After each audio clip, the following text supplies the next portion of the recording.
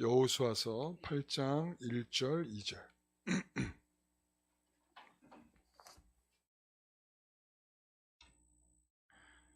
여호수아서 8장 1절 2절. 우리 같이 읽겠습니다. 여호와께서 여호수아에게 이르시되 두려워하지 말라, 놀라지 말라. 군사를 다 거느리고 일어나 아이로 올라가라. 보라, 내가 아이 왕 그의 백성과 그의 성읍과 그의 땅을 다 내 손에 넘겨주었으니 너는 여리고와 그 왕에게 행한 것 같이 아이와 그 왕에게 행하되 오직 거기서 탈취할 물건과 가축은 스스로 가지라. 너는 아이성 뒤에 복병을 둘지니라 하시니. 아멘. 오늘 말씀의 제목은 기회를 주시는 하나님이라고 하는 제목으로 말씀을 함께 나누겠습니다. 가로에 뭐가 들어와 있죠? 은혜. 여러분, 우리가 은혜라는 말을 달리 말하면 기회라고 말씀드렸어요. 그러니까 우리 하나님께서는 뒤끝이 없으신 분이에요. 뒤끝이 없다. 그러니까 그런데 이걸 잘 이해를 못해. 왜 이해를 못하냐면 우린 뒤끝이 많아요. 여러분 어떻습니까? 누가 나에게 피해를 입히면 절대 그냥 못 넘어가죠. 뭔가 안갚음을 해야만 그 다음부터 밤에 잠이 잘 오기 시작을 해. 그러니까 우리가 하나님께서도 하나님의 성품을 생각할 때 자꾸 우리가 가지고 있는 우리의 성품대로 하나님을 생각을 해. 그러니까 하나님은 행한 대로 갚으시는 하나님이다. 물론 이 말씀이 있어요. 하나님은 행한 대로 갚으시는 하나님이십니다. 그런데 이 부분이 강조되고 있지는 않아요. 신자들에게 있어서는 하나님께서 죄를 범한 사람들을 위해서 친히 아들을 보내셔서 구원하시는 하나님이시라고요. 그러니까 하나님이 가지고 계신 개념은 행한 대로 갚으신다라는 개념도 있지만 실질적으로는 우리 하나님께서는 신자들을 향해서 기회를 주시는 하나님이십니다. 그러니까 다시 말하면 은혜를 베풀어 주시는 하나님입니다. 그러니까 너 잘못했으니까 너 끝, 이제 잘라, 이런 것이 아니라 하나님께서는 다시금 할 수 있는 기회를 주신다. 제가 왜 이렇게 이야기를 시작하는지 아시겠죠? 아시겠죠? 우리가 지금 여리고성의 승리를 맛본 이스라엘 백성들이 그 다음에 아이성을 쳐들어갔더니 아이성 앞에 그만 무너져 버렸죠. 그러니까 30여 명의 사람들이 죽음을 당하게 됐고 그리고 또 정말 비굴하게 도망치고 말았단 말이죠. 그러니까 역전의 상황이 벌어졌어요. 역전의 상황. 하나님께서 이스라엘 백성들에게 말씀하신 것과 전혀 다른 역전의 상황이 벌어졌어요. 하나님께서 이스라엘 백성들에게 뭐라고 그랬어요? 너희들은 가나안에 가면 그 땅을 너희 손에 붙여주겠다 말씀하셨고, 그러니까 승리하게 하겠다는 말씀이죠. 그럼에도 불구하고 패하게 됐죠. 역전이 벌어졌어요. 그리고 또한 그들을 진멸하도록, 그들을 다 죽이도록 말씀하셨지만 누가 죽게 됐어요? 이스라엘 백성들이 아이성을 공격했다 도망치면서 죽게 되는 상황이 벌어지죠. 그리고 간담이 녹아내린 사람들이 원래 누구였어요? 예? 하나님의 엄청난 능력을 들으면서 사람들이 이 하나님에 대해서 두려움에 떨면서 간담이 녹고 있어. 하나님이 점점 하나님의 백성들이 점점 그들에게 다가온다는 소리를 들으면서 그들은 이제 앞으로 우리는 끝장나겠구나 라고 하는 생각 때문에 두려움으로 떨고 있는 상황이었단 말이죠. 그런데 두려워서 간담이 녹는 사람들이 누가 됐어요? 이스라엘 백성들이 되고 말았죠. 역전의 상황이 벌어졌어. 그러니까 하나님께서 이스라엘 백성들에 대해서 너희들은 이제 하는 꼴을 보니까 너희들은 이제 끝났어. 희망이 안 보인다 야.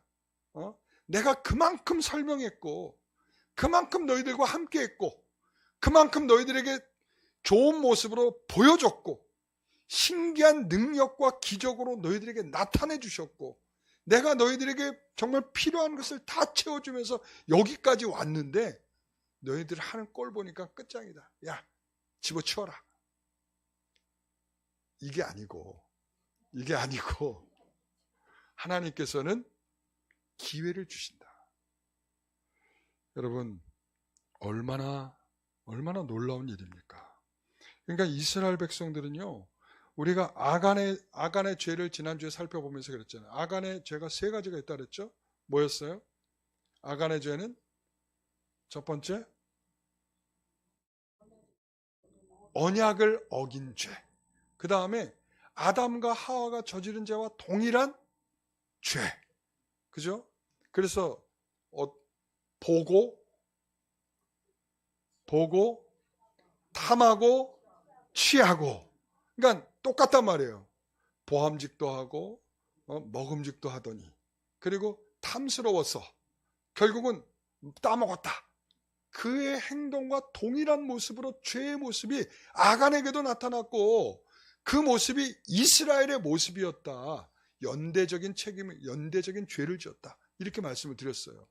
그러니까 우리가 생각하고 있는 것보다 더 훨씬 큰 죄를 지은 이스라엘 백성들, 그러니까 하나님이 말씀한 걸 못 따라오는 수준 정도가 아니라 하나님 앞에 죄악을, 하나님 없이 실패한 죄악을 저질렀다 이거예요. 여러분, 실패는 하나님 없는 가운데 나타난 모든 일들이 실패예요.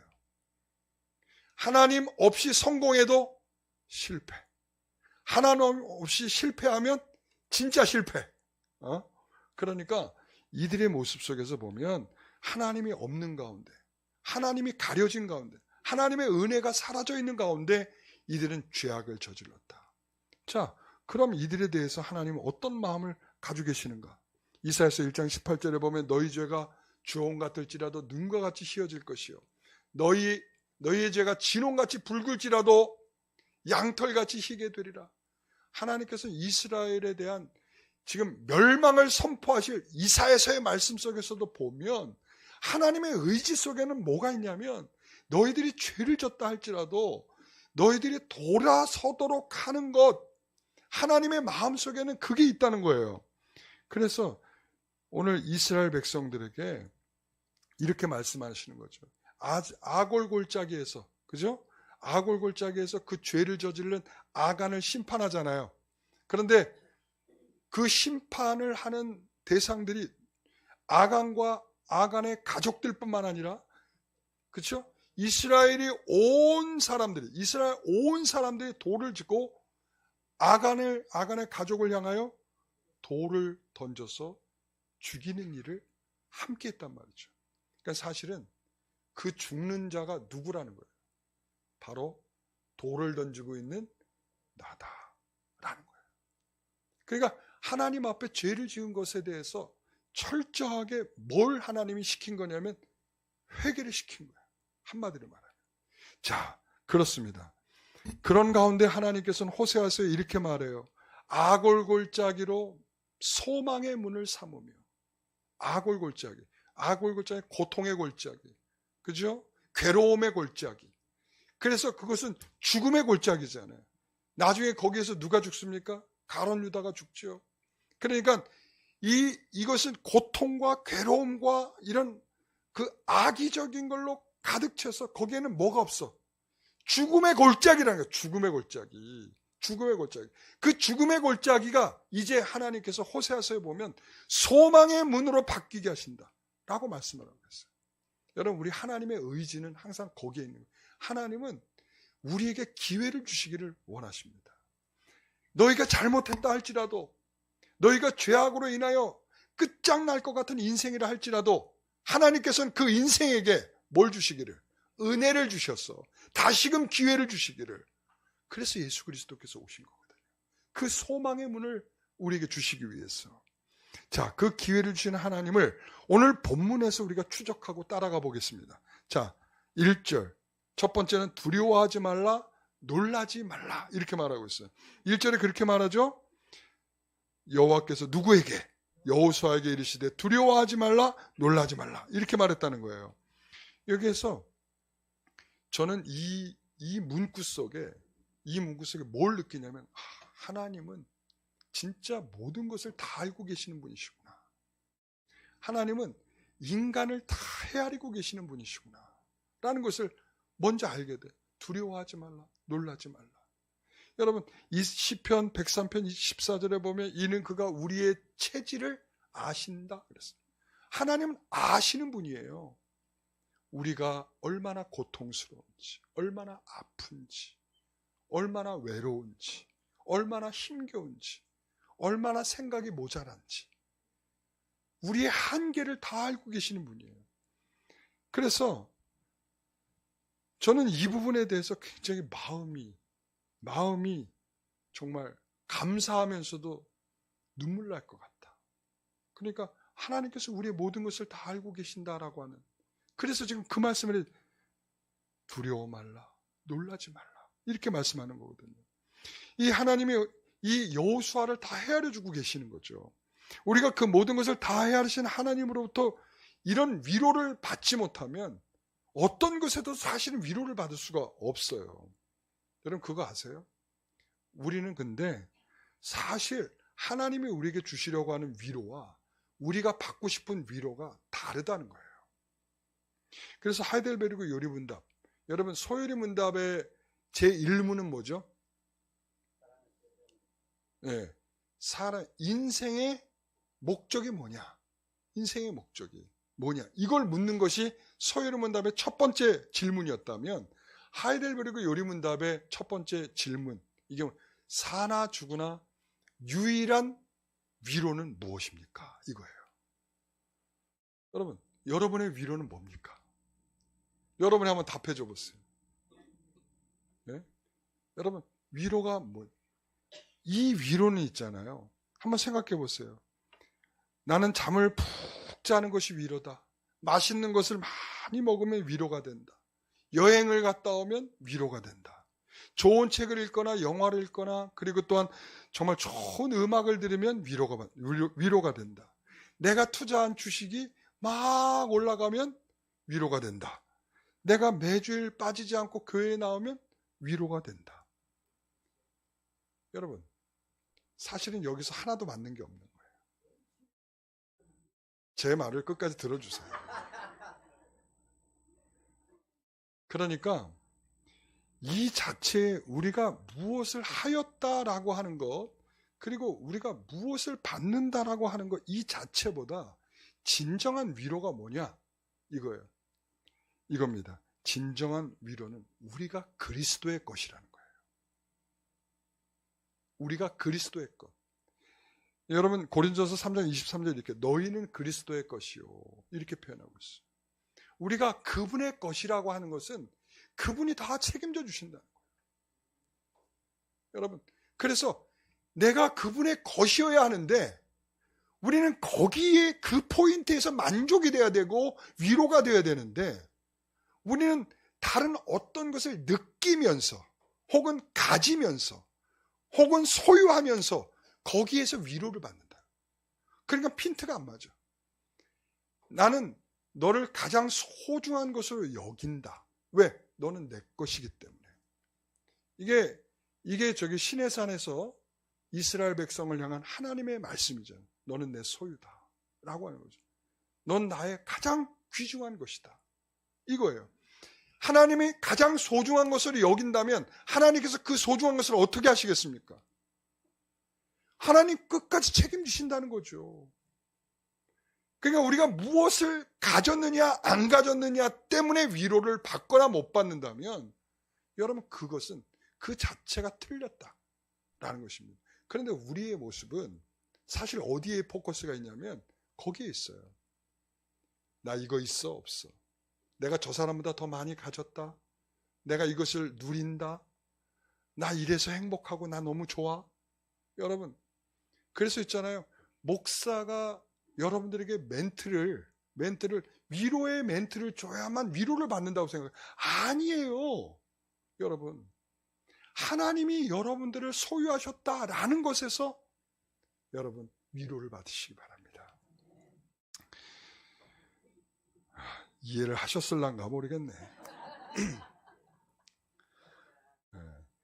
이해를 하셨을 것이라고 믿고 여러분 그래서 우리는요 우리의 위로는 하나님의 소유로서 나를 알고 있는 것에 있습니다. 그래서 하나님은 두려워하지 말라 놀라지 말라 여호수아를 처음 불러주셨던 그날로 돌아가고 계시는 거예요. 이게 그 말이에요. 그래서 1장 9절에 그렇게 말씀하고 있는 거예요. 두려워하지 말라, 놀라지 말라, 이 말씀을 하고 있거든요. 내가 너에게 이 말을 통해서 내가 너에게 처음 해줬던 그 말, 내가 그때로 지금 다시 돌아가고 있다. 지금 여호수아는요, 얼마나 지금 스스로가 얼마나 이 자존감이 얼마나 떨어져 있겠어요. 그리고 하나님 말씀 믿고 뭐 전쟁하면 승리할 거라고 생각을 하고 해봤는데 안 됐다 이 말이야. 그러니까 얼마나 지금 코가 잔뜩 빠져 있는 상황이니까 얼마나 지금 스스로가 얼마나 모자라게 생각을 하고 있겠어요.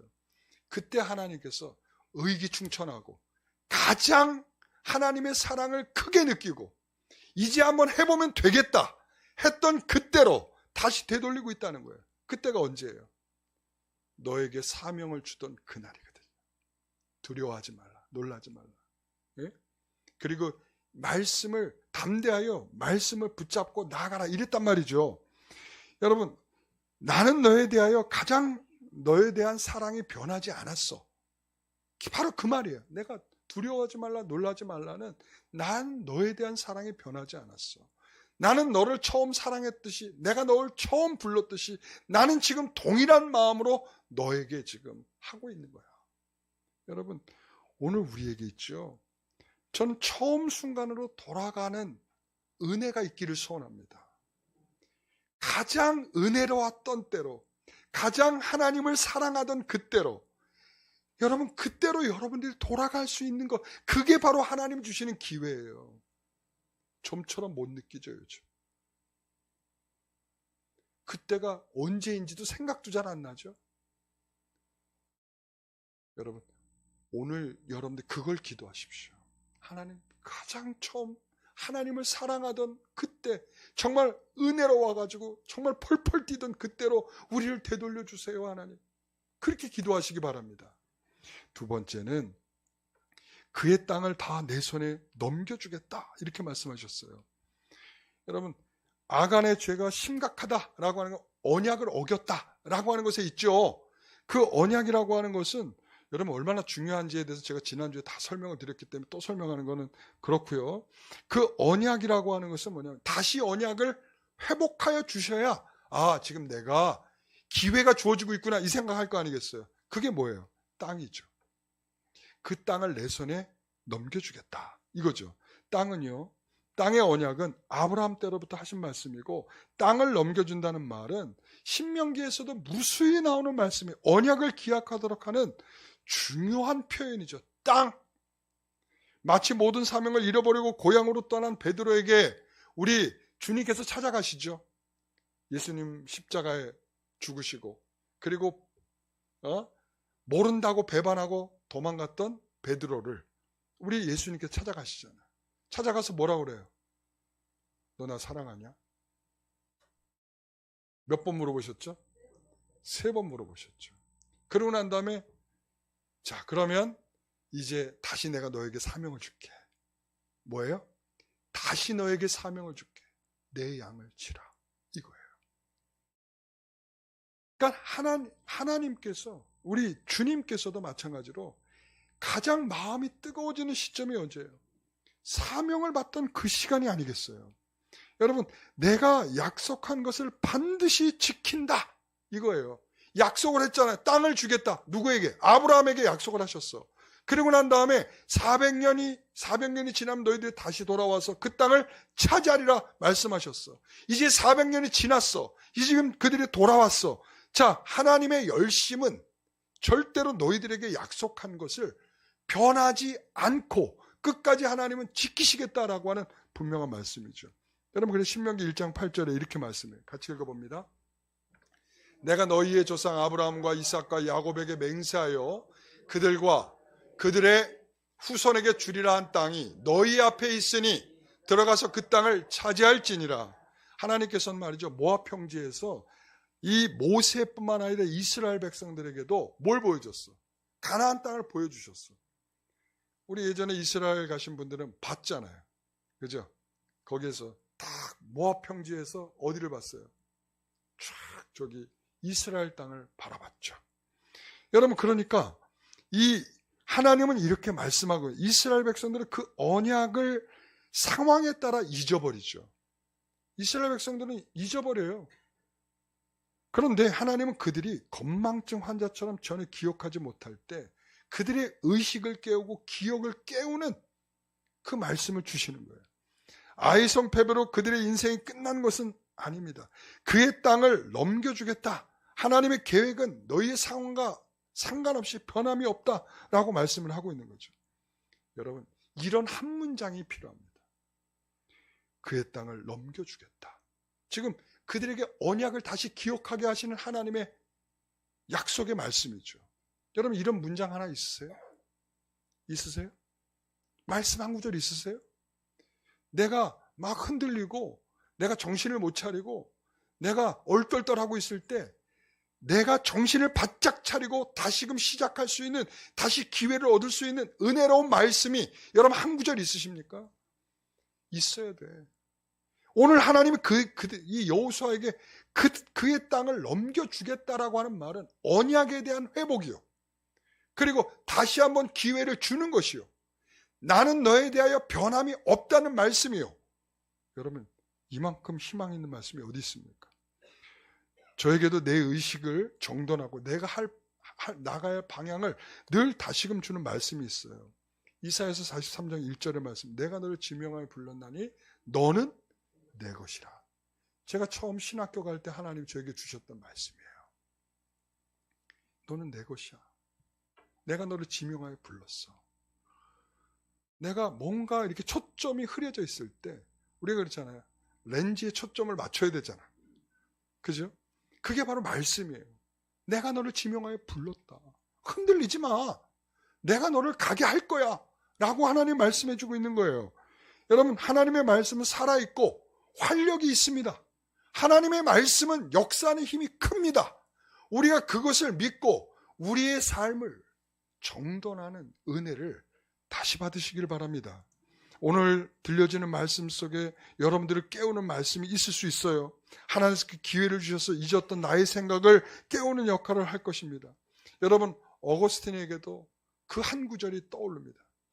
이 어거스틴이 이 마니교에 빠져 있다가 암브루시우스에 의해서 설교를 들으면서 뭔가 좀 변한 것 같은데도 여전히 마음에 개운치 않은 것이 있었어요. 그러고서 이제 공원에 있을 때 어디서 음성이 들려옵니다. 성경을 펼쳐보라. 성경을 펼쳐보라. 이랬단 말이에요. 그래서 펼쳐봤어요. 그랬더니 로마서 13장 13절 14절 말씀이 나왔어요. 제가 읽어드릴게요. 낮에와 같이 단정히 행하고 방탕하거나 술 취하지 말며 음란하거나 호색하지 말며 다투거나 시기하지 말고 오직 주 예수 그리스도로 옷 입고 정욕을 위하여 육신의 일을 도모하지 말라. 그가 해결되지 않는 문제가 이 문제였어요. 하나님, 제가 이 죄악으로 말미암아 여전히 개운치 않습니다. 그랬을 때 하나님이 그리스도로 옷 입고 정욕을 위하여 육신의 일을 도모하지 말라라고 하는 이 명령의 말씀이 자기의 인생을 다시 한번 확 바꿔내는 놀라운 은혜의 역사를 경험하게 됩니다. 그의 회고록에도 이 말씀이 들어가요. 그렇기 때문에 여러분, 그렇습니다. 여러분, 한 문장이 있는가? 내 인생을 정돈해 갈 수 있는 한 문장이 있는가? 다시 한번 기회를 얻을 수 있는 그런 말씀의 한 문장이 있는가? 여러분, 그 말씀의 한 문장을 가지시기 바랍니다. 세 번째는 거기서 탈취할 물건과 가축은 스스로 가지라 이랬습니다. 2절 말씀 같이 읽어봅니다. 너는 여리고와 그 왕이 행한 것 같이 아이와 그 왕이 행하되 오직 거기서 탈취할 물건과 가축은 스스로 가지라 이랬습니다. 여러분, 탈취할 물건과 가축은 스스로 가지라. 앞에 전쟁에서는 가지지 말라 그러시더니 여기에서는 가지라 이랬단 말이죠. 우리 하나님은 정말 헷갈리게 하시는 하나님 아닙니까? 아니, 가지랄 때는 언제고 가지 말랄 때는 또 언제입니까? 왜 하나님이 이렇게 변덕이 죽을 듯 하죠? 그런데 이 성경을 모르는 사람들이 하는 말이에요, 이게. 그러니까 이 상황을 보면 그렇죠. 하나님이 여리고 성에서는 갖지 말라 그러더니 이 아이성 전투 이후에는 가지라 이랬단 말이에요. 전리품을. 자, 여기에서 보면 여러분 우리가 분명히 알 수 있는 건 그거예요. 하나님이 우리에게 주시는 첫 번째 정보는 이런 거죠. 첫 것은 누구의 것이다? 하나님. 사람이 됐든 동물이 됐든 첫 번째 것은 누구의 것이다? 하나님의 것이다. 그 원리 속에서 봐도 뭐예요? 첫 번째 여리고성은 누구의 것이다? 하나님의 것이다. 이렇게 되는 거죠. 그러니까 하나님 항상 원리와 원칙을 존중하시는 하나님이시기 때문에 그 방법과 원리를 그대로 사용하시는 거예요. 자, 이 정보를 좀 일찍 아간이 알았더라면 그 사고를 안 쳤을까요? 여러분 어떻게 생각하세요? 그럴 수도 있지만 전 안 그럴 수도 있다고 봐요. 왜 그럴까요? 여러분 알고 있다고 우리가 죄를 안 짓지 않습니다. 사람의 욕심은요 그 정도로 멈추는 스타일이 아니에요. 그렇죠? 여러분 이미 봤어요. 보는 순간 생각이 다 잊어버려. 하나님이 무슨 말씀을 하셨고 하나님은 어떤 생각을 가지고 계시고 다 잊어버려. 그에게 뭐만 남냐면 그것만 보이는 거야. 그거가 보이면 그 다음 제가 어떻게 된다 그랬어요? 탐욕이 생긴다 그랬어요. 탐욕은 뭐예요? 탐욕은 하나님 잠깐 비키세요. 그 비킨 자리에 뭐가 들어오는 거예요? 그 본 것이 들어오는 거예요. 그러면 그 마음의 주장이 뭘로 되냐면 본 것이 주장을 하기 시작해요. 그게 탐욕이에요. 하나님은 비켜주세요. 그 다음엔 뭐예요? 그 다음은 취하게 되는 거예요. 자동 발사예요. 자동 발사. 그랬기 때문에 여러분 우리가 아간이 미리 알았다 할지라도 아간이 보고 그리고 아간이 탐욕스러워지고 아간이 취하는 일은 여전히 나타날 수 있는 거예요. 여러분 생각해 보세요. 우리가 다윗의 범죄에서 보면 다윗이 여러분 성적인 범죄가 안 된다는 거 알고 있어요? 몰라요? 그러면 아내가 없습니까? 있잖아. 그런데 그가 보니까 목욕하는 여인을 보니까 어떤 마음이 생겼어요? 탐욕이. 하나님 잠깐 비켜주세요. 그 여인이 들어오는 거지. 그러니까 어떻게 돼요? 가서 범하는 거예요. 여러분 그거라고요. 내가 지금 미리 알았느냐 몰랐느냐의 문제가 아니란 말이에요. 사랑하는 성도 여러분, 우리는 먼저 항상 이런 생각을 갖고 있어야 돼. 보면서 탐욕이 일어나지 않는 유일한 방법은 하나님은 적절할 때 우리에게 가장 좋은 것으로 우리의 필요를 채워주실 줄 믿는 믿음이 있어야 돼요. 하나님이 채워주신다는 믿음이 있어야지 내가 어떻게라도 채워야 한다라는 믿음이 있어버리면 그 순간 욕심이 발동되는 거예요. 여러분 창세기 15장 13절에 보게 되면 이렇게 말하죠. 여호와께서 아브라함에게 400년 동안 내 자손을 괴롭히리라. 이제 애굽으로 가게 된다는 얘기죠. 14절을 보시면 그들이 섬기는 나라를 내가 징벌할지며 그 후에 내 자손이 큰 재물을 이끌고 나오리라 이랬습니다. 하나님께서 이미 임금까지도 계산해 주고 계시는 거야. 너희들 400년 동안 애굽에서 종살이를 해야 되거든. 그러면 그 400년 동안 너희들이 종살이한 그 품삯을 내가 너희들에게 받도록 할 거야. 그랬더니 출애굽기에 나오죠. 그들이 은금을 다 털어주는 거야. 누가요? 애굽 사람들이. 애굽 사람들이 은금을 다 털어주면서 나도 왜 이 사람들한테 줘야 되는지 모르고 정신없이 그냥 주는 거야. 그게 하나님께서 그들에게 주시는 거거든. 하나님이 그들에게 주시는 거예요. 그러니까 그들이 노력한 부분이 있지만 하나님이 그들에게 주시는 거예요. 전리품도 마찬가지라는 거예요. 전리품도 마땅히 우리가 전쟁에서 승리했으니까 이거 내 거야 하고 갖는 게 아니라 하나님께서 전리품의 주인이시며 그것에 대해서 하나님이 주신다라는 차원이 있는 거예요. 그래서 지금 이렇게 말씀하고 있는 당연한 권리가 아니라 하나님의 선물이다. 이거를 깨닫도록 하는 거예요. 또 하나님은 이스라엘 백성에게 여리고 성과 이 성을 다른 방법으로 취하도록 말씀하고 있는 거죠.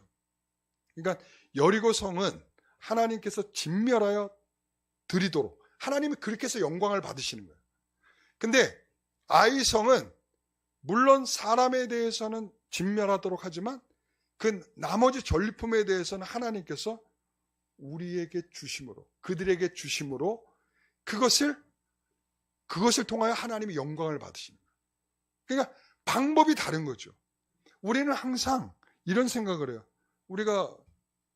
여러분, 우리가 주일날 예배 드릴 때, 여러분 항상 똑같은 예배를 우리가 드리잖아요. 들어와서 먼저 기도해야 되는데 기도 안 하고 1층에 가가지고 수다를 한번 떨고, 그리고 난 다음에 올라오죠. 올라와서도 여전히 아직도 끝나지 않았어. 그리고 여기서도 또 막 수다를 떨어. 예배 드리기 전에. 자, 그리고 난 다음에 예배가 시작돼.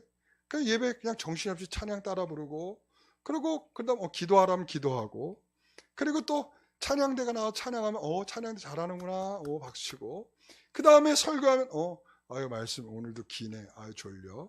뭐 이러다가 그 다음에 이제 끝나고 나면 축도하고 이제 끝나나 보다. 예배 잘 드렸다. 끝. 여러분, 이것이 반복되는 것은 지금 여기서 하나님께서 경고하는 것과 똑같은 거예요. 저는 원래 성찬식이 매주 있는 교회를 처음에 섬겼어요. 성찬식을 매주 하는 교회. 그런데 제가 약간 그때 이제 어떤 교회 문제가 생기는 바람에 그날 주일에 제가 교회를 안 갔어요. 이제 신학교 1학년 때인데 안 갔어. 이제 교회를 안 가고 교회를 못 가겠는 거야. 여러 가지 마음들이. 왜냐하면 신학교에 가서 내가 목사가 되려고 갔는데 교회에서 벌어진 일을 보니까 내가 이거 못할 것 같아. 왜냐하면 말도 안 되는 행동들이 막 나오더라고요. 성도들이. 난 근데 그 성도들을 그렇게 하면 난 못 참아낼 것 같아갖고 난 안 되겠다 생각하고서는 그래서 교회도 안 나가버렸어. 그러고 나서 이렇게 방황을 하다가 제가 이제 그 다니던 교회는 아니고 그 다니던 교회와 같은 교단의 교회로 제가 이제 그냥 쓱 조용히 가서 이제 예배를 드리러 갔어요.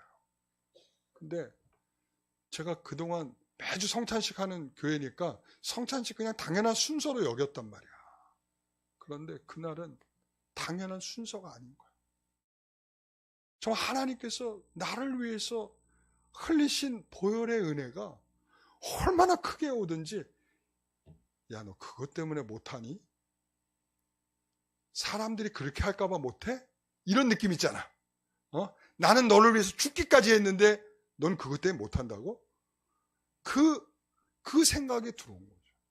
그때 얼마나 감격스럽고, 제가 있잖아요. 아마 미쳤다고 생각했을 것 같아. 이 성찬 이걸 받아가지고는 그냥 내내 그냥 먹지도 못하고 계속 내내 울고 있었어요. 저 남의 교회 와가지고 뭐 하는 짓인가 아마 그 사람들이 그렇게 쳐다봤을 수도 있어. 근데 하나도 의식이 안 되는 거야. 왜 의식이 안 될까요? 하나님과 나만의 이 통로와 채널이 열리니까 그 사람들이 의식이 안 되는 거예요. 여러분, 항상 동일한 방식이 아니라는 거예요. 여러분, 항상 동일한 방식. 그러니까 인간의 심성은 부패해 있기 때문에 하나님은 항상 동일한 방식으로 우리에게 요구하고 있지 않아요. 그런데 우리는 항상 어떻게 하냐면, 우리는 무슨 공식이 있는 것처럼, 방식이 있는 것처럼 신앙생활을 자꾸 그렇게 이야기해. 야, 너 기도하지 않아서 그런 거야. 야, 너 11조 안 내서 그런 거야. 야, 너 봉사 안 하니까 이런 거야. 여러분, 이게 있죠. 사람 잡는 겁니다. 내가 틀을 만들어 놓고 내가 이렇게 해야만 하나님의 복을 받는다라고 하는 잘못된 신앙관에서 오는 여러분 생각이에요. 우리의 카테고리는 열려 있어야 돼. 하나님의 은혜가 열려 있고 하나님은 우리에 대한 방식이 다양한 방식으로 각자의 삶에 맞도록 하나님께서 역사하고 계시다는 말씀이죠. 여러분 이 자리에 동일하게 앉아 있어도 어떤 사람은 은혜를 받고 있어요. 지금 내가 보면 어떤 사람은 지금 왜 목사님 이렇게 안 끝나고 이럴까, 이런 사람들이 있어요. 그러니까 동일하게 앉아 있다고 해서 동일한 은혜가 주어지는 게 아니에요. 어떤 사람이 오늘 특별한 은혜가 주어지지만 어떤 사람은 별 볼 일 없는 어제와 다르지 않은 오늘이라고.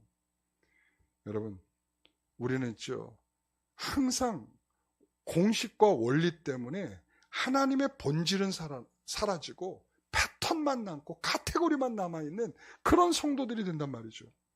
여러분, 그런 신앙이 돼서는 안 됩니다. 하나님은 각자의 인생을 다른 방식으로 역사하심이 있다. 기억하십시오. 여러분, 그래서 우리는 말이죠. 고린도전서 8장 13절에 있는 말씀처럼 만일 음식이 내 형제를 실족하게 하면 나는 영원히 고기를 먹지 아니하면 내 형제를 실족하지 않게 하리라. 여러분, 여기에서 일정한 패턴은 뭐예요? 먹는 거예요. 먹는 거. 그런데 나를 바라보는 사람이 연약한 성도들이 바라보고 있다면 먹지 않는 거예요. 이게 덕스러움이에요. 신앙의 성숙은 덕스러움에 있는 거예요. 원리와 원칙에 있는 것이 아니고 뭐에 있다고요? 덕스러움에 있어요. 덕스러움. 그러니까 연약한 성도들이 나를 보고 있으면 내가 그 연약한 성도들 때문에 내가 참고 하지 않아야 될 것도 하는 거야. 그래서 어떤 때는 의무에서도 은혜가 나타나는 거예요. 내가 의무적으로. 여러분, 그래서 우리 안수 집사님들, 권사님들, 우리 장로님들 똑바로 보셔야 돼. 우리 성도들이 있죠. 아직 세례도 받지 않은 성도들이 보면서 여러분 다 보고 있어요. 아, 안수 집사님이고 권사님인데 예배 안 드리고 그냥 가는 거구나. 아, 나도 그래도 되는구나. 여러분, 그걸 배우는 거야. 그걸. 여러분, 가정도 마찬가지예요. 가정도 왜 부모의 신앙이 분명하고 아이들한테 분명한 신앙 자세들을 보내주고 가치관이 분명하면 아이들이 왜 교회를 떠나겠어요? 팔구할은 다 누구의 책임이냐? 부모의 책임이에요. 간혹가다 돌연변이가 있을 뿐이지. 저는 그렇게 생각해요. 신앙인들은 자유가 있습니다.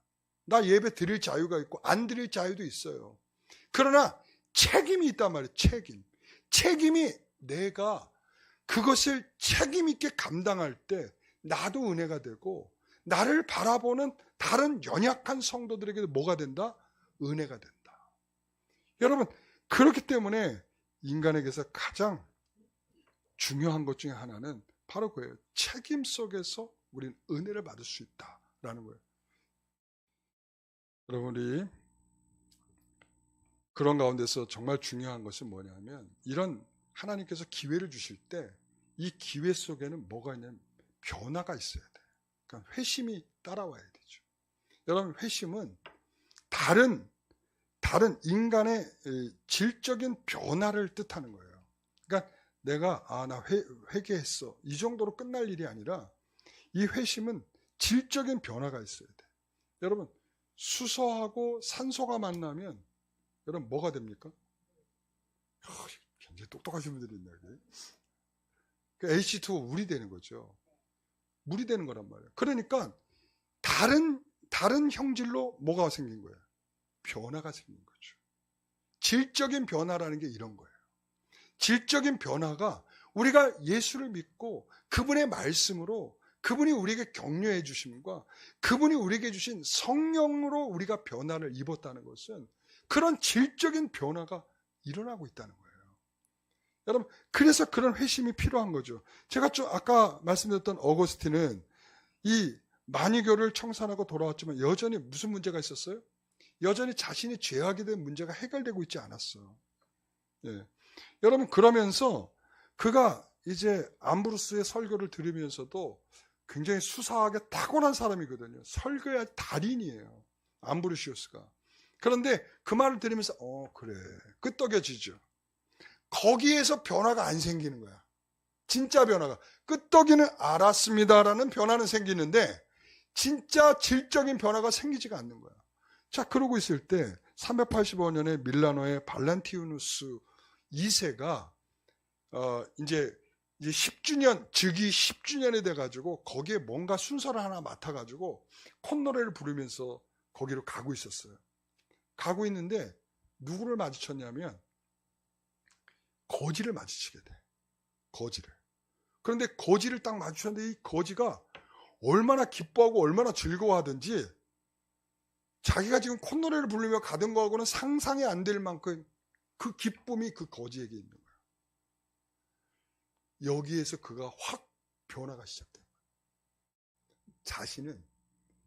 자신은 여전히 탐욕스러움이 있고 이 권력을 따르는 사람으로서 지금 내가 즐거워하는 건 뭐냐면 내가 한 순서를 맡아서 지금 왕을 축하해주는 한 순서를 맡아서 나는 그래도 괜찮은 사람이구나 하면서 즐거워하며 그 길을 걸어가서 가고 있는 중이었는데 거지는 아무것도 없잖아. 그 말 그대로 거지, 알그지. 아무것도 없는 그지. 그런데 그 사람의 기뻐하는 모습을 보니까 한 대를 맞은 것처럼 여러분 이거예요. 우리는 있잖아요. 하나님께서 우리에게 기회를 주실 때 다양한 방식으로 기회를 주십니다. 그러니까 이 어거스틴은 거지를 만나서 그 거지의 모습 속에서 하나님의 진정한 기쁨이 무엇인가를 다시 한번 발견하는 기회를 얻었다는 거죠. 여러분, 시므이를 만난 다윗은 도망갔잖아요. 왕궁을 비우고 도망가면서 시므이를 만났죠. 시므이가 저주를 하죠. 저주를 퍼부을 때 뭐라고 그 옆에 있었던 요압은 죽이려고 하죠.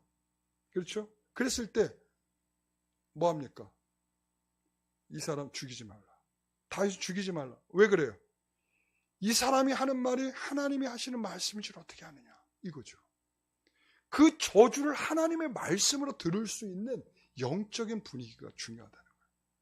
기회를 얻는 사람에겐 분명히 다른 영적인 분위기가 있어요. 거지를 보면서도 거지의 모습 속에서도 하나님의 은혜로움을 발견하는 거예요. 여러분, 우리는 다 스쳐 지나가는 수많은 사건들이 있지만 그걸 다 우연의 일면으로 보는 거예요. 그러니까 하나님의 역사가 어떻게 일어나는지에 대한 우리는 좀 더 꼼꼼하고 세밀하게 이 세상에 일어나는 일들을 보려고 하지 않고 그저 그냥 우연히 일어나는 일이고 좋은 게 좋은 것이고 우리가 이런 정도로 본다는 것이죠. 사랑하는 성도 여러분, 절대 그런 것은 없습니다. 하나님께서는 우리에게 일반은총, 우리가 만나는 자연 안에서 사람 속에서 우리가 수많이 들려주시는 하나님의 메시지가 있다는 사실을 기억하시기 바랍니다. 하나님은 우리에게 뭘 주시는 분이에요? 은혜, 기회를 주시는 분입니다. 꼭 기억하십시오. 그 기회는 우리에게 다양한 방식으로 올 수 있습니다. 기도하겠습니다. 하나님 감사합니다.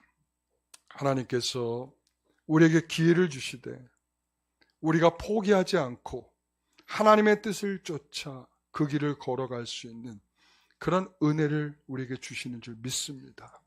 우리가 하나님을 바라보게 하여 주시고 세상에 일어나는 수많은 사건들과 일면들 속에서 하나님의 음성이 어떻게 우리에게 들려지는지를 깨달을 줄 아는 영적인 은혜가 있게 하여 주옵소서.